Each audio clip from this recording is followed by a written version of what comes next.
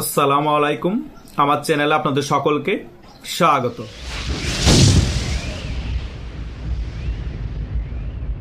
Iran, America এবং ইসরায়েলের ফুল স্কেলে যুদ্ধ শুরু হয়ে গিয়েছে। এখন অনেকের মনে ভয় ঢুকে গিয়েছে, অনেকেই বলা শুরু করে দিয়েছে তৃতীয় বিশ্বযুদ্ধ কি আসন্ন। হঠাৎ করে এই ভয়ের কেন জন্ম নিল? এর আগেও তো আমেরিকা ইরানের পরমাণু কেন্দ্রগুলোর মধ্যে আক্রমণ করেছিল এবং ইসরায়েলের সাথে ইরানের একটি ছোট স্কেলে যুদ্ধ হয়েছিল, তখন কিন্তু এই ভয়ের সঞ্চার হয়নি। এখন কেন হঠাৎ করে তৃতীয় বিশ্বযুদ্ধ নিয়ে এত আলোচনা শুরু হয়ে গেছে? তার মেইন রিজন হচ্ছে আমেরিকা এবং ইসরায়েল একত্রিত হয়ে ইরানের সর্বোচ্চ নেতা খোমেনি, ইরানের পররাষ্ট্রমন্ত্রী এবং খোমেনির উপদেষ্টাকে হত্যা করে। হত্যা করার পরপরই কিন্তু ইরান চুপ করে বসেছিল না। মধ্যপ্রাচ্যের মধ্যে যতগুলো আমেরিকার ঘাঁটি ছিল সকল আমেরিকার ঘাঁটির মধ্যে একযোগ আক্রমণ করে তছনছ করে দেয়। একে একে আমেরিকার ঘাঁটিগুলা নাই হয়ে যাচ্ছে। এখন আমার কথা সেখানে না, আমার কথা হচ্ছে এই রোজার মাসেই কেন ইসরায়েল এবং আমেরিকা আক্রমণ করে খোমেনিকে হত্যা করতে হবে? এই রোজার মাসটা হচ্ছে মুসলিমদের জন্য শান্তির মাস। কারা সহযোগিতা করেছে? ইহুদিদেরকে আমাদের মুসলিমরাই করেছে। এই সৌদি আরব যদি আমেরিকাকে তাদের দেশে বেস করতে না দিত, ঘাঁটি করতে না দিত, আজকে এই পরিস্থিতি হতো না। কাতার যদি না দিত, আবুধাবি যদি না দিত, জর্ডান যদি না দিত, এরকম অসংখ্য দেশ এই ইহুদি নাসারা এই আমেরিকাদেরকে তাদের দেশের মধ্যে বেস করতে দিয়েছে, ঘাঁটি করতে দিয়েছে। তারা ওই সকল ঘাঁটি থেকে নজরদারি রেখেছে ইরানকে। তা না হলে এত অথেন্টিক নিউজ কোথা থেকে পেল যে খোমেনি এবং পররাষ্ট্রমন্ত্রী এবং আরো গুরুত্বপূর্ণ ব্যক্তিদেরকে নিয়ে তিনি বাংকারে অবস্থান করছে এবং বৈঠক করছে? সঠিক তথ্য পেয়েছে এবং সঠিক লক্ষ্যবস্তুতে বাংকার বাস্টার বোম দিয়ে আক্রমণ করে খোমেনি তার ফ্যামিলির আরো 3 জনকে, পররাষ্ট্রমন্ত্রী এবং খোমেনির উপদেষ্টাকে হত্যা করেছে এই আমেরিকা এবং ইসরায়েল। এই সকল বিষয়ের কারণে, মধ্যপ্রাচ্যে যুদ্ধ ছড়িয়ে যাওয়ার কারণে এবং আফগানিস্তান পাকিস্তানের যুদ্ধের কারণে তৃতীয় বিশ্বযুদ্ধের ধামামা জেগে উঠেছে। এখন ইরান আর থামান না, কারণ ইরানের সর্বোচ্চ নেতাকে মেরে ফেলেছে। ইরান এখন ইসরায়েলে ধাপ শুধু হামলা করবে এবং মিডল ইস্টের মধ্যে আমেরিকার যত বেস আছে সকল বেস ধ্বংস করে দিবে এবং আমেরিকা এবং ইসরায়েলও বসে থাকবে না, তারাও ইরানের মধ্যে হামলা করবে। এই হামলা যদি আরো এসকেলেট হতে থাকে, মধ্যপ্রাচ্যের অন্যান্য দেশও যদি যুদ্ধ জড়িত হয়ে যায়, ইরানকে সম্পূর্ণরূপে বিতর্কতভাবে ফাইন্যান্সিয়াল এবং অস্ত্র দিয়ে সহায়তা করবে চীন, রাশিয়াও এগিয়ে আসবে। তখন কিন্তু ভারতও চুপ হয়ে বসে থাকতে পারবে না, ভারতও একটা পক্ষ অবলম্বন করতে হবে। এভাবে করতে করতে অনেকগুলো দেশ এই যুদ্ধে জড়িত হয়ে যাবে। জড়িত হয়ে যাওয়ার পরে কিন্তু বিশ্বযুদ্ধ ঘটে যেতে পারে।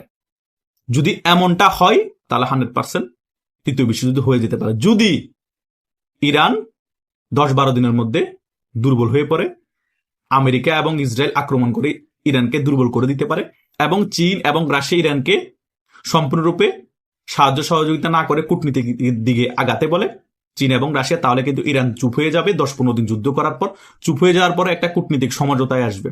কূটনীতিক সমঝোতায় আসার পরেই কিন্তু যুদ্ধ বন্ধ হয়ে যাবে, তৃতীয় বিশ্বযুদ্ধ হওয়ার কোনো সম্ভাবনা নেই। কিন্তু আমার ব্যক্তিগত অভিমত, এইরকম খারাপ পরিস্থিতিতেও তৃতীয় বিশ্বযুদ্ধ হওয়ার আমি কোনো সম্ভাবনা দেখছি না। কারণ চীন কখনোই তৃতীয় বিশ্বযুদ্ধ খুব তাড়াতাড়ি হোক চাইবে না, কারণ চীন সুপার পাওয়ার হতে চায়, বিশ্বের এক নাম্বার অর্থনীতির দেশ হতে চাই। রাশিয়াও কিন্তু এখন দুর্বল ভঙ্গুর অবস্থায় আছে অর্থনীতিতে, ইউক্রেনের সাথে যুদ্ধের ফলে রাশিয়া ওভারকাম করতে চায়। এই ভঙ্গুর অবস্থায় রাশিয়াও তৃতীয় বিশ্বযুদ্ধ হোক চায় না, চীনও সুপার পাওয়ার হওয়ার আগে তৃতীয় বিশ্বযুদ্ধ হোক চায় না। ভারতও শান্তিপ্রিয় রাষ্ট্র, যুদ্ধ পছন্দ করে না, ভারতও তৃতীয় বিশ্বযুদ্ধ হোক চায়ও না। কিন্তু তারপরও 4-5% সন্দেহ থেকেই যায় যদি ইরান পাগলামি শুরু করে, কারণ ইরান বীরের জাতি। ইরান বীরের মতো যুদ্ধ করে মরে যাবে কিন্তু হার মানবে না। ইরানের শেষ রক্তবিন্দু থাকা পর্যন্ত, শেষ মিসাইলটা থাকা পর্যন্ত আমেরিকা এবং ইসরায়েলের সাথে যুদ্ধ করে যাবে, হার মানবে না। সেই নীতিতে যদি শেষ পর্যন্ত অটল থাকে তাহলে তৃতীয় বিশ্বযুদ্ধ কেউ ঠেকাতে পারবে না, কারণ মিডল ইস্ট তছনছ হয়ে যাবে এবং আমেরিকার ঘাঁটি বলতে মিডল ইস্টে কিছুই থাকবে না, ইসরায়েল বলতে কিছু থাকবে না, হয়তো এসপার না হয় ওসপার। আর এই যুদ্ধে যদি ইরান হেরে যায়, পুরা মিডল ইস্ট নিয়ন্ত্রণ করে ফেলবে ইসরায়েল, পুরা ফিলিস্তিন দখল করে ফেলবে ইসরায়েল, দাজ্জালের আগমন হয়ে যাবে। এটা মাথায় রাখেন। ইসরায়েল এবং আমেরিকা সেই লক্ষ্যে কাজ করছে। তাই সকল মুসলিম উম্মার এখন প্রয়োজন ছিল ইরানের পাশে এসে দাঁড়ানো, কারণ আমাদের শেষ যুদ্ধটাই হবে ইহুদিদের সাথে। আর এখন আমরা মুসলিম দেশটা কি করছি, ইরান শিয়া একটা ট্যাগ লাগিয়ে আমরা ইরানের বিরুদ্ধে গিয়ে এই ইহুদিদেরকে সাহায্য করছি, এই আমেরিকাকে সাহায্য করছি, যারাই আমাদের মেইন শত্রু তাদেরকে সাহায্য করছি আমাদের মুসলিম ভাইদেরকে মারার জন্য। ইরান আমাদের শত্রু না রে ভাই, ইরান ফিলিস্তিনিদেরকে সাহায্য করছে, ইরান মুসলিমদেরকে সাহায্য করছে। আমি কোনো জায়গায় দেখিনি ইরান মুসলিমদেরকে মারছে, যারা সত্যিকারের মুসলিমদেরকে ভালোবাসে। ইরানের মধ্যে কিছুদিন আগে আমেরিকা চেয়েছিল খোমেনিকে পতনের জন্য একটা আন্দোলন সংগঠিত করতে, আন্দোলন সংগঠিত করেছে এবং অনেক চেষ্টা করেছে খোমেনিকে পতন করানোর জন্য। এখন অনেকে বলতে পারেন ইরান তো যাদেরকে মেরেছে নিজের দেশের মধ্যে তারাও তো মুসলিম ছিল। আরে ভাই, তারা ইহুদিদের এবং আমেরিকার সাদা চামড়াদের দালাল ছিল। তারা নামে মুসলিম, কাজে মুসলিমের কিছুই তাদের মধ্যে ছিল না। তাদেরকে মেরেছে, ভালোই হয়েছে। তারা মির্জাফর ছিল, বিশ্বাসঘাতক ছিল। কথা বুঝেন নাই? নামে মুসলিম দিয়ে কোনো লাভ নাই। সত্যিকারের মনে ধারণ করতে হবে মুসলিমত্ব, আল্লাহকে মনে প্রাণে ভালোবাসতে হবে, বিশ্বাস করতে হবে। ইহুদিদের মধ্যে দেখেন না, তারা তাদের ধর্মকে কত ভালোবাসে। তারা তাদের যে প্রভু আসবে দজ্জাল, তাদেরকে কত ভালোবাসে। দজ্জালের আগমনকে সুন্দর করার জন্য তারা পুরো পৃথিবীর মধ্যে যুদ্ধ লাগিয়ে রেখেছে, মিডল ইস্ট দখল করার জন্য বসে আছে। কিন্তু আমরা মুসলিমরা কি করছি? আল্লাহকে খুশি করার জন্য, আমাদের নবীকে খুশি করার জন্য কিছু করছি? আমরা কিছুই করছি না, বরং মুসলিমদেরকে মারতেছি। রোজার মাসে আফগানিস্তান পাকিস্তান যুদ্ধ করতেছে, পাকিস্তান আমেরিকাকে খুশি করার জন্য নিজের মুসলিমরা আফগানিস্তানকে মারতেছে, ইসরায়েলকে খুশি করার জন্য আফগানিস্তানকে মারতেছে। এটাই যে আমরা মুসলিমরা করতেছি। ভালো কিছু তো করে দেখাতে পারছি না। কথা বুঝে না, নিজেরা দলাদলি করে মিডল ইস্টের নিজেরাই ধ্বংস করে দিচ্ছি। কোনো দরকার ছিল না এই রোজার মাসে আমেরিকাকে সহায়তা করা ইরানে হামলার জন্য। আমাদের আরব কান্ট্রির সহায়তার কারণে ইরানে এভাবে হামলা করতে পেরেছে। আরব কান্ট্রি অনেকগুলো দেশ যদি সহায়তা এই আমেরিকাকে না করতো, বেস করতে না দিত এবং ইন্টেলিজেন্স সহায়তা না করতো, কখনোই ইরানে হামলা করতে পারতো না ইসরায়েল এবং আমেরিকা। তারপরও এই খোমেনি বীরের মতো লড়ে গিয়েছে, শেষ রক্তবিন্দু থাকা পর্যন্ত মাথা নত করেননি। খোমেনির পরও ইরানের যে সর্বোচ্চ নেতা হবে, সেও খোমেনির মতো সাহসী হবে এবং বীরের মতো লড়ে যাবে। এই ইরানি জাতিকে আমি এজন্যই ভালোবাসি। বীরদেরকে মন থেকে ভালোবাসা আসে, মন থেকে সম্মান করতে মন চায়, তারা যে মাজাবের হোক। সর্বশেষ আমরা মুসলমান, সেটাই হচ্ছে বড় কথা। সৌদি আরবের যারা আছে তারা নামে মুসলমান হলো, তারা কাজে মুসলমান না। তারা এখন সৌদি আরবের মধ্যে ল্যাংটা বীজ খুলেছে, ল্যাংটা হয়ে নারীরা শুয়ে থাকে। কথা বোঝা নাই? যে সৌদি আরবের মধ্যে মক্কা মদিনা, সে সৌদি আরবের মধ্যে এখন সিনেমা খোলা হয়েছে, ল্যাংটা ছবি দেখা হয়। এইরকম মুসলমান আমাদের দরকার নাই, এরকম সৌদি আরব আমাদের চাই না। আমাদের ইরানের মতো মুসলমান দরকার, ইরানের মতো দেশ আমাদের প্রয়োজন।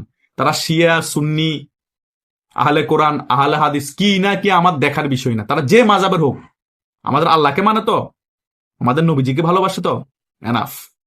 আমার এটাই প্রয়োজন। আপনারা নিজেদেরকে কট্টর মুসলিম দাবি করিয়েন না। কট্টর মুসলিম দাবি করে কোনো লাভ নাই। ওই রকম সৌদি আরবের মতো ল্যাংটা বীজ করতে হবে, ল্যাংটা ছবি দেখার জন্য সিনেমল করতে হবে, মদের বার করতে হবে, মদের লাইসেন্স দিতে হবে। কি এমন কি কাজ করে নাই সৌদি আরবের মধ্যে?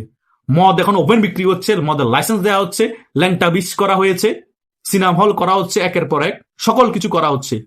যে মদিনার মধ্যে, যে মক্কার মধ্যে আমাদের নবী রাসূল ওলিয়া উলিয়ারা শুয়ে আছে, সে জায়গায় এগুলো করা হচ্ছে, পবিত্র ভূমির মধ্যে। তাদেরকে আমরা সমর্থন করব, তাদের ইসলাম আমরা পালন করব? ইসলাম তাদের না। কথা বুঝতে পেরেছেন? আমরা কোরআনকে ফলো করব, হাদিসকে ফলো করব, যেটা সহি মনে হবে আমরা সেটাই পালন করব।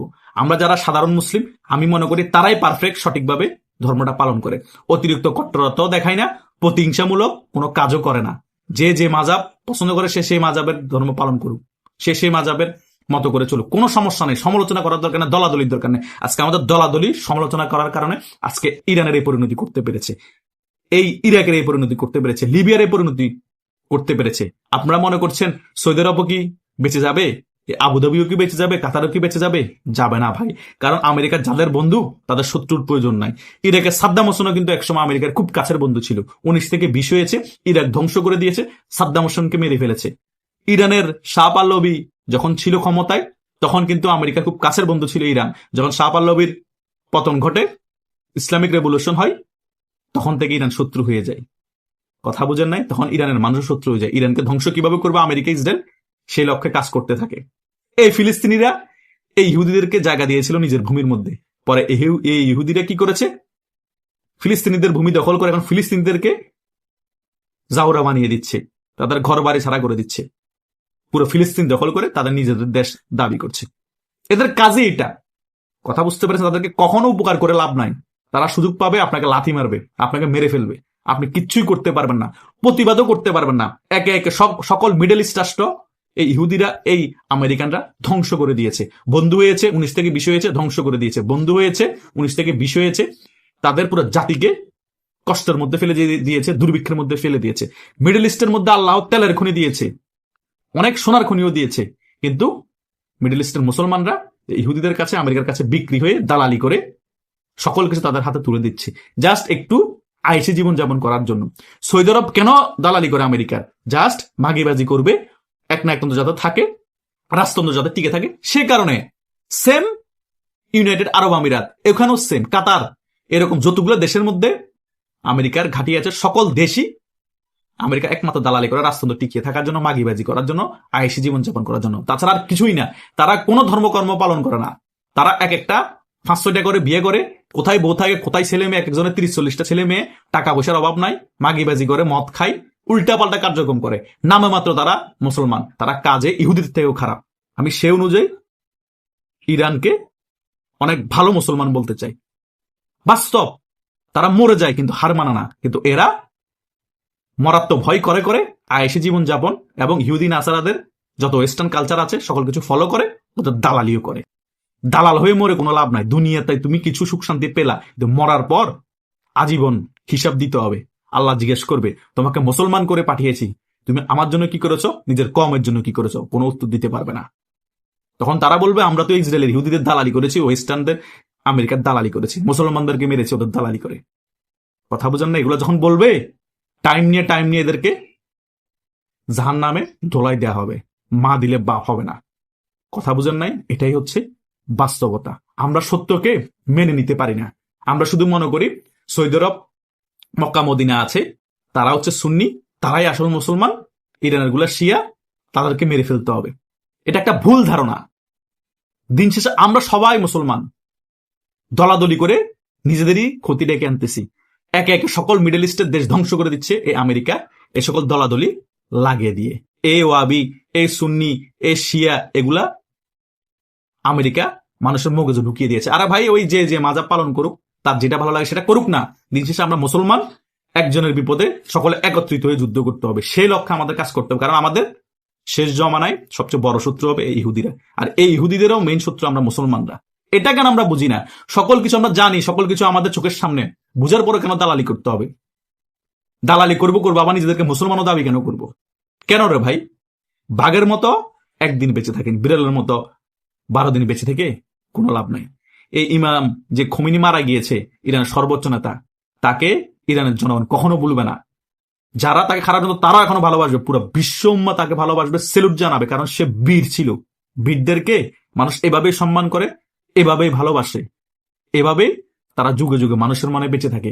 সৌদি যুবরাজ মারা যাক, 2 দিন পরে কেউ মনেও রাখবে না। যেদিন মারা যাবে সেদিন অনেক মুসলিম দেশের সাধারণ নাগরিক আলহামদুলিল্লাহ বলবে। কেন বলবে? কারণ তারা মুসলিমদের বিপদে এগিয়ে আসে নাই, বরং মুসলিমদেরকে বিপদে ফালানোর জন্য ইসরায়েল এবং আমেরিকার সাহায্য সহযোগিতা করেছিল, নিজেরা আরামে থাকার জন্য, নিজেরা রাজতন্ত্র টিকিয়ে রাখার জন্য। ইতিহাসের সবচেয়ে ন্যাক্কারজনক কাজটাই করে যাচ্ছে সৌদি আরবের রাজতন্ত্র। যারা বসে আছে, দেশ চালাচ্ছে তারাই। তাদের ইন্ধনে এই সকল কিছু মিডল ইস্টে ঘটছে। তারা আরামে আছে, আমেরিকাকে ঘাঁটি করতে দিয়েছে, আর অন্য দিক থেকে সকল মিডল ইস্টের দেশগুলা ধ্বংস হয়ে যাচ্ছে। লাভ কিরে ভাই? মুসলিম ভাইরাই মরতেছে, মুসলিম দেশগুলোই ধ্বংস হচ্ছে, মিডল ইস্টটা ধ্বংস হয়ে যাচ্ছে। পাশের ঘরে যখন আগুন লাগবে, ওখানে তাপ কিন্তু আপনার ঘরও আসবে। আস্তে আস্তে সকল মিডল ইস্টের দেশ পুড়তে পুড়তে ধ্বংস হতে হতে আপনিও ধ্বংস হয়ে যাবেন।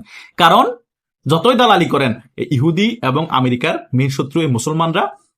তুমি দালালি করার পর যখন দেখবে যে আর কাউকে ধ্বংস করার বাকি নেই, এবার বন্ধুদেরকে টার্গেট করবে যে তোদের এখন তোরা লও। কারণ তোমরা যখন বিপদে পড়বা, যে সকল মুসলিম রাষ্ট্রগুলোকে ধ্বংস করে ফেলেছে, তারা তখন তোমাদের বিপদে এগিয়ে আসতে পারবে না। কারণ তাদের শক্তি ধ্বংস করে দিয়েছে এই ইহুদি এবং আমেরিকারা। তারা এভাবে আগাচ্ছে। আমরা মাথা মোটা মুসলমান, খেজুর খাওয়া মুসলমান, তাদের এই খেলাগুলো আমরা বুঝতেছি না। যেমনি নাচাই তেমনি আমরা নাচতেছি, তাদের দালালি করতেছি জাস্ট রাজতন্ত্র টিকিয়ে থাকার জন্য। এখনো যদি আমরা মুসলমানরা না বুঝি, আর কখনোই বুঝবো না। কেন বুঝেন না? আমরা দুনিয়াতে কিয়ামত হওয়ার আগে 73টা ভাগ হয়ে যাবে মুসলমানদের মধ্যে। এই 73টা ভাগের মধ্যে 72টা দল সঠিক পথে থাকবে না, তারা দুজকে যাবে। একটা দলই থাকবে, তারা জান্নাতে যাবে। এখন আপনারা কিভাবে কিয়ামত হওয়ার আগে বলতে পারেন ওই একটা দলের মধ্যে আমরা শরিক আছি? কেউ জানেন না। তাই শিয়া খারাপ, সুন্নি খারাপ, ওয়াবি খারাপ, হাইলে কোরআন ভালো, এই মাজাব ভালো, ওই মাজাব খারাপ, কিভাবে বলেন আপনারা, যেখানে 73টা দল হয়ে যাবে? তাই যে কোনো একটা দল সই থাকতে পারে, যে কোনো একটা দল সঠিক পথে থাকতে পারে, হয়তোবা মাজাব ভিন্ন হতে পারে, কিন্তু আল্লাহ এবং নবীকে ভালোবাসার কারণে আমরা সকলেই একটা দল আবদ্ধ হয়ে যেতে পারি। জাস্ট গুটি কয়েক কিছু মানুষ আলাদা আলাদা ভাবে গুচ্ছ গুচ্ছ ভাবে 72টা দলে বিভক্ত হতে পারে। ওই একটা দল যারা, তাদের সংখ্যা বেশি হতে পারে, তারাই আমরা হয়তোবা জান্নাতে যেতে পারি দলাদলি না করার কারণে। তাই দলাদলি করে লাভ নাই।